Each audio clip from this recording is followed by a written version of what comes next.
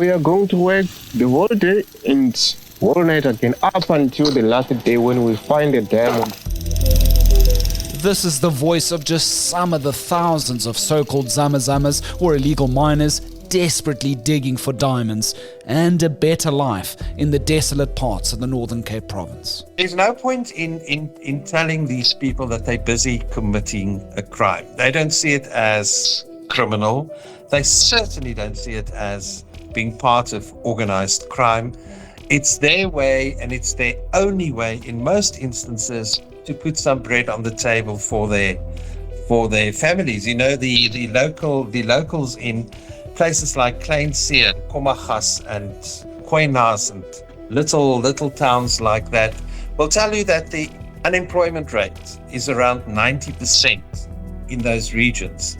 In this very special edition of The Lead, veteran investigative journalist Jacques Pauw tells us tales from the Namaqualand region, detailing De Beers' decaying mining legacy there, the ongoing bloody battle between police and the Zamazamas, and the tycoons towering over it all. To stay tuned to The Lead for every edition, hit the follow and subscribe buttons on our Spotify, Apple, and YouTube podcast channels. We'd like to hear from you. Send us a short voice note of around 20 seconds with your questions or thoughts on this episode to our official The Lead WhatsApp line. That's 072 562 3179. You can also mail us thelead@24.com.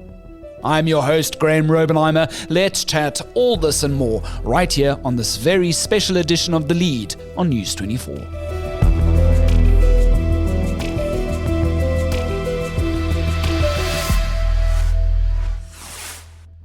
When we talk about illegal mining in South Africa, images of so-called zamazamas digging for deep gold in the abandoned mine shafts of Gauteng quickly spring to mind. But for decades, the forgotten desolate sands of the coastal Namaqualand region of the Northern Cape have offered both illicit diggers and influential tycoons a chance at the big time. The promise of still hidden diamonds beneath the soil has attracted all walks of life to a forgotten region whose people feed on the carcass of old infrastructure left behind by the De Beers mining group. One of the country's greatest journalists has returned from the Namaqualand with tall tales contained in a series of reports and videos exclusively for News 24 that we're calling Dig South Africa's New Diamond Rush. Now, the intrepid Jacques Pauw joins me live on the line now to take us inside this excellent piece of journalism. Jacques, thank you so much. I really do appreciate your time and welcome to The Lead. Thank you. Good afternoon. What initially tipped you off or drew you to tell us these very unique stories, a collection of stories, if you will, from the Namaqualand region? What was that first thing that got your attention? Well, I started working on a book about the extent of organized crime in the country. And I wanted to write a chapter about illegal mining. Because, you know, in many ways, illegal mining is organized crime on steroids, because we're not just talking about the illegal miners or the so-called zamazamas. We're talking about a whole chain of crime that follows from the illegal mining. You know, we talk about the buyers, we talk about the smugglers, and very, very often illegal mining goes hand in hand with human trafficking. It goes hand in hand with weapon smuggling, drugs. So it's a very important part of organized crime, and we know that the authorities have failed dismally to get any grip on organized or on illegal mining. So I was looking to write a chapter in this book about zamazamas and illegal mining, but I didn't want to do the Gauteng and Free State goldfields because it's been done so many times. And then someone said to me, but why don't you go and have a look in Namaqualand? I mean, there's diamonds, some of the richest diamond fields in the world. There are an influx of zamazamas from across southern Africa and the continent, lots of local illegal miners. Why don't you go and have a look there? And I went to Namaqualand on a research trip, and I was immediately grabbed by Well, first of all, by the environment, that barrenness, that solitude. I think it's been a shock to many Zamazamas when they arrived in Namaqualand and they realized where they were. It's a unique part of the country. It's got a unique history. It's got a unique people. So I thought that's the ideal place to tell the story of illegal miners in this country. Jacques, Brandon, Bart Schuller, and Daniel Damon, these two Zamazamas, if you'd like to refer to them as that, they hail from the Western Cape, correct? But these are the two important first characters that we meet along the journey. Who are they? Where are they from? What's their story here? Yeah, I mean they grew up on the Cape Flats, and as they said to me, is that they had to escape the drugs and the weapons and the violence of the Cape Flats. They started moving north. They got to Kleinseer, which is very isolated, about 50 kilometers south of Port Nolloth, 100 kilometers west of Springbok. And they started digging. Now, we must remember that, diamonds were discovered in Namaqualand just more than 100 years ago. De Beers set up their first mine in Namaqualand 99 years ago. And for all that time, for a century, no local miner in Namaqualand has been able to get a concession from the state. The concessions all went to the big guys. It went to De Beers and other big mining companies. So the locals in Namaqualand, and they call themselves artisanal miners, very simple equipment that they mine with. They've been mining there for a century, even more than a century. Their fathers have done it. Their brothers are doing it. Everybody in Namaqualand seems to do some form of illegal mining. There's very little economic prospects in Namaqualand. I mean, it's very difficult to find a job. Many mines have closed down. So you've got this breed of illegal miners in Namaqualand. They take out a diamond here, they take out a diamond there. Very often they work through the old gravel of the big mining companies, and they might find a diamond. So there I found these two gentlemen. They speak a beautiful Afrikaans, very eloquent, but they've also been, since the Zamazamas came in and the Zamazamas taught them how to properly mine, they've also been getting some very big diamonds. They've been arrested numerous times. I mean, they've been in prison. They've been arrested. They are arrested all the time. The police knows about them, and they had absolutely no qualms to tell me exactly what they do, how they do it, the diamonds they have found, and they make no secret of the fact that they are illegal miners. Now, I think it's important to see or to know that no illegal miner in Namaqualand regards it as a crime, what they're doing. I mean, they grew up there. They grew up with diamonds. As I say, their fathers were illegal miners. There's no point in telling these people that they're busy committing a crime. They don't see it as criminal. They certainly don't see it as being part of organized crime. It's their way, and it's their only way in most instances to put some bread on the table for their families. The locals in places like Kleinseer and Komaggas and Kwenas and little towns like that will tell you that the unemployment rate is around 90% in those regions. And since the mines are closed, massive. So that's why they are mining. They are mining to put bread on the table. But then the illegals came in from across Southern Africa, Lesotho, Zimbabwe, Mozambique, Tanzania, a few from Namibia. And they actually then taught local miners how to go underground. Because remember what we're talking about, if we talk about diamond mining in Namaqualand, we talk about alluvial mining. So we talk about, the diamonds are all in the riverbeds of ancient rivers in Namaqualand. And what the big companies used to do was to do open cast mining. And the locals also, they never went underground. And then the Zamazamas came. Many of them were on the gold mines. And they taught these guys how to make a shaft. And after that, people like Daniel and his friends were taking out some very big diamonds. Jacques, and paint us the picture of the countryside. Of course, De Beers, as you have alluded to, its various owners over the years. For one of them, known to history as Cecil John Rhodes and the rest of his crew. After about a century, that region has been sort of left to decay, to rot. You paint this very sometimes dystopian picture of like a Mad Max movie set with these old buildings left behind, these old sort of quarried off areas. That must have been something quite interesting to see, to be there in the person, Yeah, it's quite incredible how the Namaqualand landscape, especially the coastal area of Namaqualand, has been messed up completely by the big mines. It must be terribly difficult to rehabilitate an alluvial mine in Namaqualand. I mean, you might be able to fill it up with sand, but what do you do with the buildings? How do you get grass to grow there again? So it is very difficult.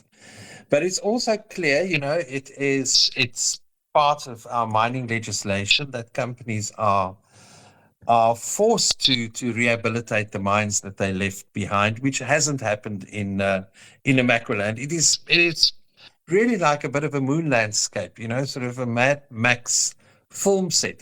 Some places look absolutely terrible, and if you look at Namaqualand, there's, if you look at Alexander Bay right in the corner, in the northwestern corner of the country on the border with Namibia, all the way down from Alexander Bay, Port Nolloth, Kleinseer, Koinas, Hondeklubay, all those areas are mining areas.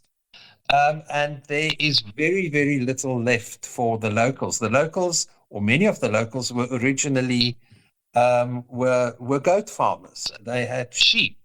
I mean, there's no grazing left. I mean, it's all mining areas. You can't trespass on it. So it's really a bit of a moon landscape that the big boys have left behind. On one side, as you said, youth unemployment leading up to levels of 90%, not much infrastructure to go about, economic opportunities are slim, people from all over Africa coming into this hub of the Namaqualand region, hoping to strike it big, hoping to get their hands on a diamond. Some do, some don't. It's dangerous. And here enters, former police minister Bheki Cele. He brings out, some would term, the big guns and launches Operation Vala Umgodi, of course, translated from isiZulu means close the hole, to try and curb and stop illegal mining in this country. A lot of that, of course, with the news crews going out, we've seen that coverage limited somewhat to the Gauteng province. But here in the Northern Cape, it's been so interesting to hear from the characters that you've woven into your story, how they describe the TRT force, the tactical response team from the SAPS, as essentially the Marikana squad. I find that absolutely fascinating, as these officials were brought in to try and stop the operations there. Yeah, I mean, Vala Umgodi is a multifaceted operation by both the police and the defense force. So the police sent various units to, amongst others, Namaqualand, to get the Zamas out and to stop the illegal mining. Amongst them, the TRT, the Tactical Response Team, who was responsible for the shooting at Marikana. And they are called the TRT team, and people are petrified of it. Of course, to now send in the heavy guns into Namaqualand, and it has had an effect. There are lots of Zamas who have left. Others are waiting for the police to leave again, because they all know that the police can't sustain these operations. But to send the police, to send the big guns in now, is a bit late. We are dealing with very porous borders. I mean, it's easy for people. We know it's easy for people to get into the country. But what I found very alarming is that police treat previously with the local police knew who the diggers were, and they kind of turned a blind eye almost to the local diggers because these people need diamonds to feed their families. Now everybody gets treated as a zama, local, foreigners, all of them. And especially the locals are petrified of the police at the moment. They have to dig at night. And to dig at night is very, very dangerous because you can't see the cracks in the walls and the roofs of the holes any longer. So it's become very, very dangerous. But before that, the police used the POCA Act, the Prevention of Organized Crime Act, to confiscate anything that has to do with illegal mining. They confiscated hundreds of bakkies that the Zamazamas used, and all the sieves and the equipment of the locals, the generators and all of that they have confiscated.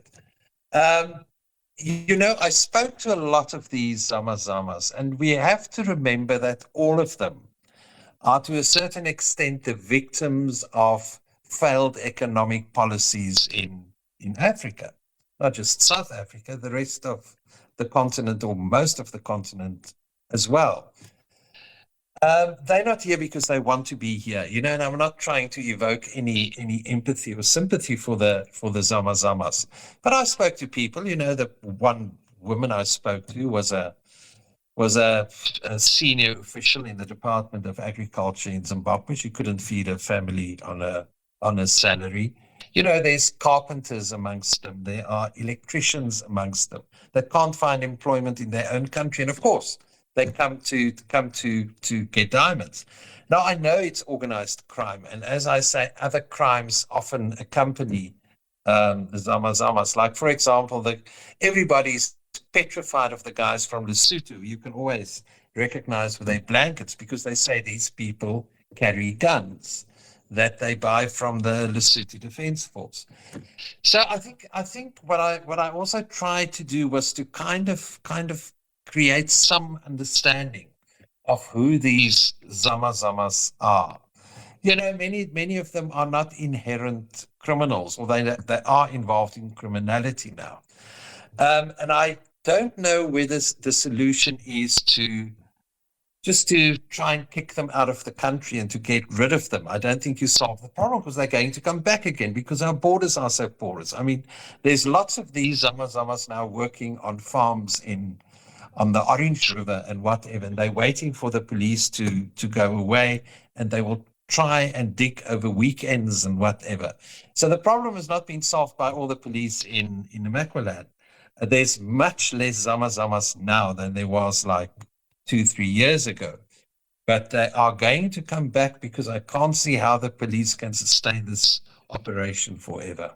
Jacques, you take us in your second part of the Dig series, Extortion, Murder and Overnight Riches in Namaqualand's illicit diamond mines. In that second part, you take us to, a place I would never have foreseen to be on a map. I've been fortunate enough to be with my brother on a brotherly road trip through the Northern Cape. We went up to Springbok and Pofara and all of those places. But for the life of me, I've never heard of a place called Namaqualand. Am I saying that correctly? This is essentially a village of thousands of Zamazamas just outside Kleinzee. Namaqualand, it's basically its own little town. It's actually communal property. That's why they are starting there. It is. If you think the remnants of De Beers is like a Mad Max movie, then you should go into Namaqualand. There were thousands. There's probably hundreds at the moment. People living in, little carton houses, or, little carton shacks, made of carton, wood, tin, whatever they can get. There's no services. There is no water. Yet that's where many of the illegal miners live. They have their own sort of like committee that runs Nataboy. They have their own code of conduct. It seems as though they have their own judicial system, because I've heard that, people were killed, people Sure. were punished. So it is a completely weird place. And the first time I went there, I just drove in. And I don't think I should have, but I drove in, got out of the car, and walked into a tavern. Sure. And people were not happy to see me. And I mumbled something like, "I've made a mistake, sorry," and I got out again until I got some Zimbabwean Zamazamas to take me in after asking for permission. I must say the people, the Zamazamas, and there are some hectic people amongst them, all treated me friendly. I never felt threatened. Everybody asked me whether I was scared and whatever. No, I wasn't scared, and I didn't have a bodyguard or anything like that. I just treated them with respect. I told them exactly who I was and what I was doing. Many wouldn't speak to me, but many were eager to tell me why they are there and how they are forced to be there. I had a discussion with the News 24 editors and the lawyers afterwards about the ethical question of naming people, of showing their faces. I made them tell me about the diamonds that they took out. And, I've discussed this with all the Zamas. I've said to them that, listen, I don't want to film you from the back. I want to see your face, and you're going to tell me exactly what you did and how you do it. So there was an ethical question of exposing them, and they were all quite willing to do it. They said to me, listen, the police anyway know who we are. Most of us have been in prison. Most of us have been arrested. And we're not scared of talking to you. So, yeah, I mean, it was fascinating sitting down and talking to these people when we were eventually gained access to Nataboy. As I say, Nataboy is much smaller now because it's frequently raided by the police. So many went to live in other places. As I said, lots of them are living now in Port Nolloth. Lots of them are living along the Orange River, where they work as farm workers in the day, and then they go and dig at night. So, what is the solution to this? And I think we have to try and find a solution as far as the local miners are concerned, the local Zamazamas. They have been doing this for years. They have no other skills. They are miners. We have to find a way of accommodating them. And I also write about promises that government has made to these people, that they would give them some mining areas to mine, and they would properly organize them, and they licensing, license them, and they would dig legally. Nothing came of those promises. There was an incident in 2018 where the Deputy Minister of Mining went to Kleinseer and he spoke to the illegal miners, and I'm talking about local illegal miners, and he promised them licenses, and he said to them, you must now organize yourself into various groups, and you must decide where you want to mine. I'm coming back in 2 weeks, and then we're going to start to mine legally. And we've also created, I think it was 50 million rand fund to assist you to get protective clothing and to get the right equipment. The minister never went back to Kleinseer. Nothing came of those promises. And in the meantime, there's an economic decline in Namaqualand, if it's possible for it to be a decline. For example, if you look at the fishing industry, everywhere the crayfish factories have closed down. In Port Nolloth, in 2024, they got 18 permits to fish. They only got 5 permits this year. So there's less and less economic opportunity in Namaqualand. There's diamonds, And that's virtually all. And you've so fascinatingly put this one sort of circumstance where our two main characters, Bart Schuller and Daniel Darmon, have to crawl on their haunches inside the so-called kerigat, this yellow or orange-hued sort of rock area. And they essentially tell you during this process how because some of the other Zamazamas have to relieve themselves in the hole and they don't want to leave that hole, of course, as these two gentlemen are now wading through that, they're actually doing it over other people's excrement, and one of them had an infection. Like, those conditions, all to try and get a big payday at the end, is illuminating enough to show the level of poverty and what people will go to, the lengths that they go to try and put food on the table. Absolutely. When I took them to the karigat, the curry hole, so we stood outside the hole and they said to me, come, we're going to show you what it's like to be inside. And I said to them, no way am I getting into that hole. And they said, don't worry, we'll go in first and we'll check for cracks in the roof or whatever. If we don't see any cracks, we're going to come and fetch you. So they actually took me into the curry hole, and it was one of the most frightening experiences of my life. And I mean, I can imagine, because sometimes they live there for days. Sometimes, they said to me that up to 2 weeks they would live, 10 days to 2 weeks they would live in these holes. And these are not shafts. It's not like a proper gold shaft. These are like literally holes that have been dug with jackhammers and generators. And that's led to an enormous death toll in Namaqualand. Up to 13 people died in one night in one of these holes, because what happens is rumor spreads very quickly about someone who has found diamonds in a specific hole. They call it a paying hole. So as soon as there's a paying hole, everybody wants to get into that hole, and they kind of tunnel into one another and whatever, and the roofs cave in. So, I'm glad I went into the curry hole, but never again. Jacques, before we get to the two, you would say, head honchos, tycoons, beneficiaries of the big money in the scheme of things of diamond mining and what it's understood to be today. Before we get to that, I think it would be prudent for us to also remind our listeners at this point that we essentially are left with this rather difficult scenario that you've got the so-called Zamazamas, and then you've got a heavy-handed police approach from the TRT, as well as private security forces in that region. There are no real sort of winners here at the end of the day. And in at least two incidents, you've pointed to alleged security official sort of heavy-handedness or police brutality. Tell us more there.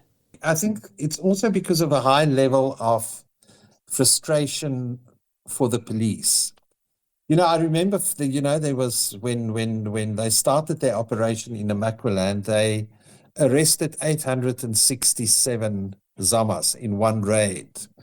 But they could only process 67 of them, so they had to let 800 go.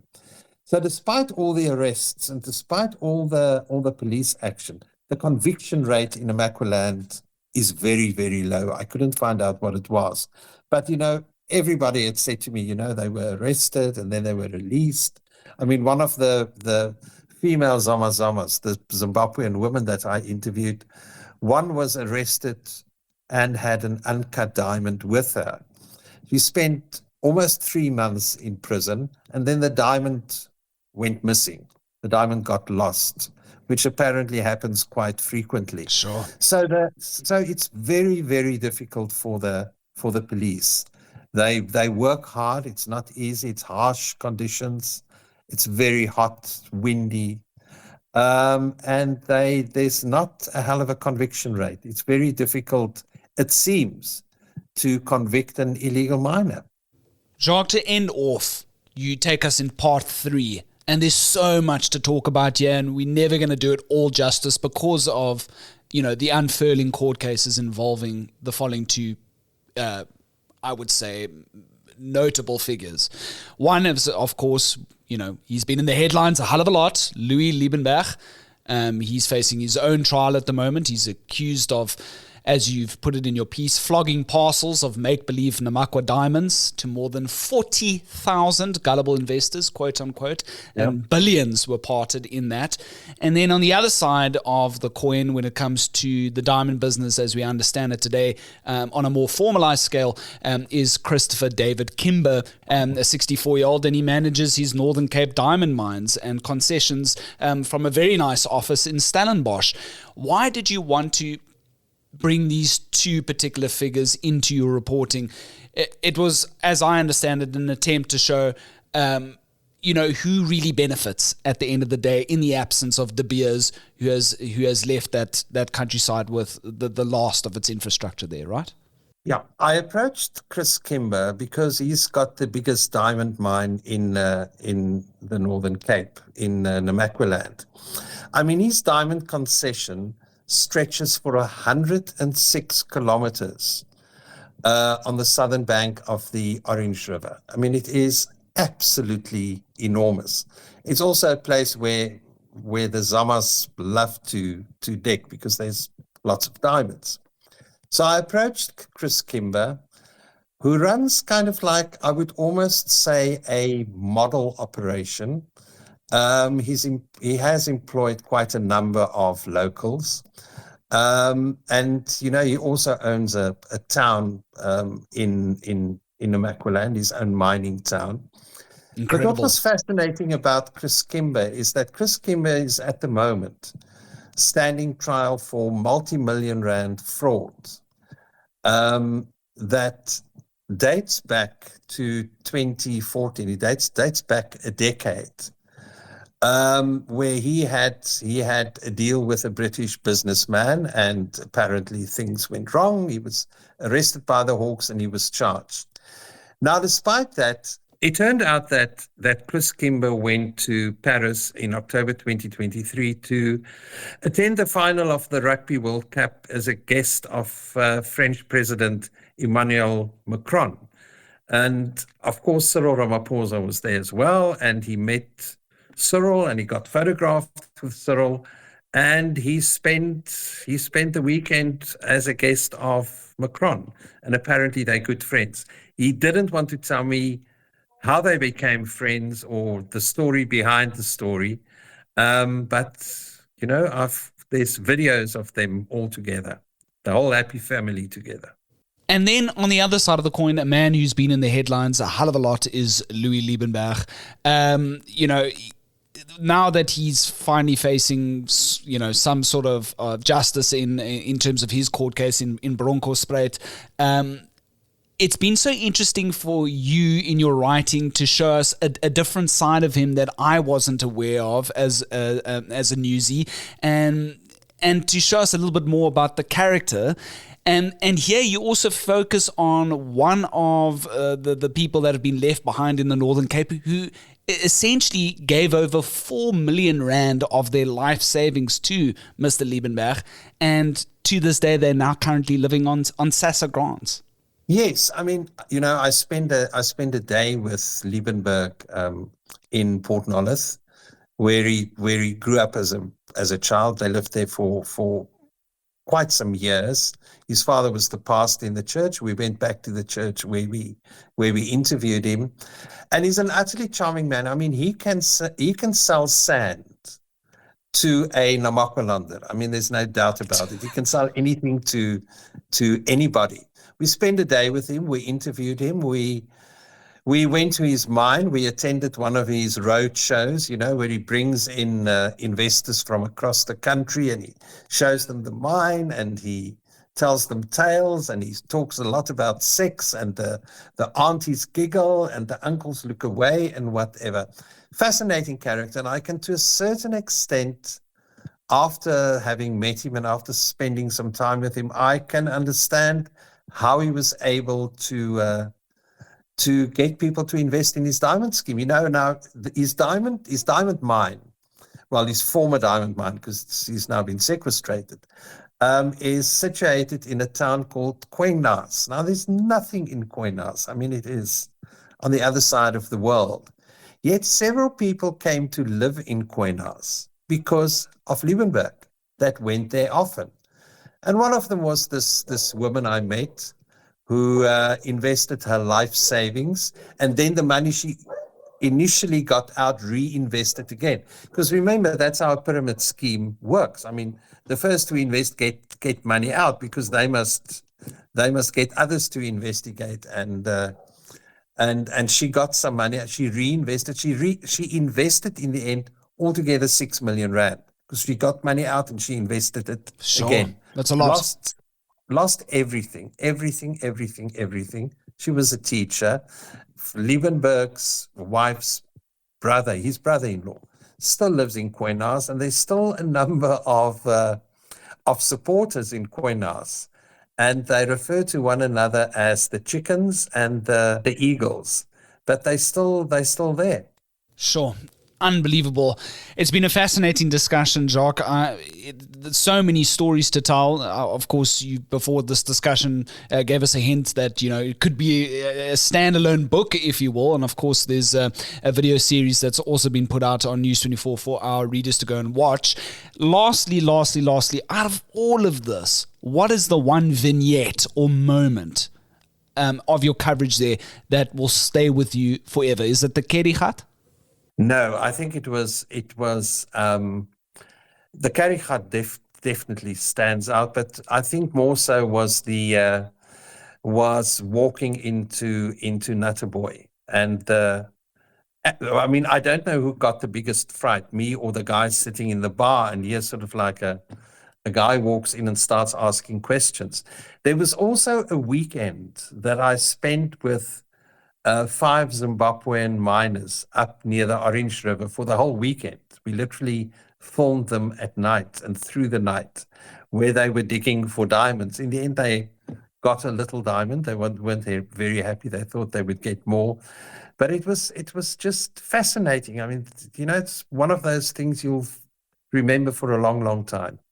Fantastic. And this is our 3-part series that you can see on News 24 entitled The Dig. The last part of that coverage, the tycoons, diamond flogger Louis Liebenberg and the businessman with presidents as friends, of course, the veritable Jacques Pauw covering that story for us. I really do appreciate it. Thank you for sharing some of those tales from the Namaqualand region. It's a journalist's dream, Jacques, because you're essentially telling a story that hasn't been told this effectively in the longest time, and thank you so much for your time on The Lead. Ever wondered what goes on in the minds of some of South Africa's most terrifying serial killers? Well, this month's free audiobook, only for News 24 subscribers, is Killer Stories, Conversations with South African Serial Murderers by Brian Hodgkiss and Nicole Engelbrecht. Here's a snippet narrated by Gavin Gomez. It is sometimes the case with serial murderers that those hunting them are not aware of their serial nature until arrests are made. In several cases, it has been one offense that has led to the arrest, and then the offender himself will admit to many more murders. This is one such instance. On the eve of the dawning of the new South Africa in 1990s, the body of a homeless child called Sam was found at a primary school.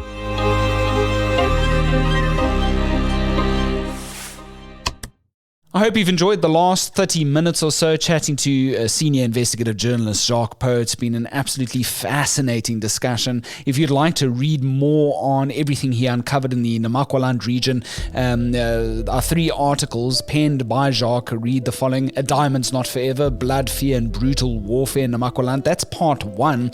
And then moving over to part 2, where we talk about the Kerigat and detailing a little bit more about what the Zama's daily experiences are. That's called The Dig. diggers, extortion, murder, and overnight riches in Namaqualand's illicit diamond mines.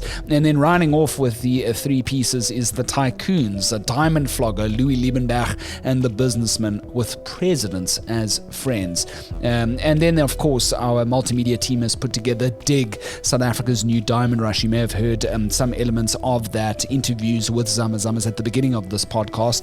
That is also open to our News 24 subscribers to watch, taking us behind Jacques Pauw's writing and onto the escarpment in the Northern Cape. Some really fascinating scenes coming out there as well. Thank you so much for listening thus far on our 51st episode of The Lead. If you'd like to be involved and perhaps send some of your musings, voice notes, anything in regards to what you've just heard, you can send us a short voice note of around 20 seconds. You can do so on our official The Lead WhatsApp line. That's 072-562-3179. And of course, if you're old-fashioned, you can also mail us thelead@24.com. I really do appreciate it. Keep them coming. We've been seeing some fantastic engagement in the show as of late. Of course, hit the follow and subscribe buttons on our Spotify, Apple, and YouTube podcast channels, and that will keep you updated as to when our next editions drop. My name's Graham Robenheimer, and so long as there's news, we'll have The Lead.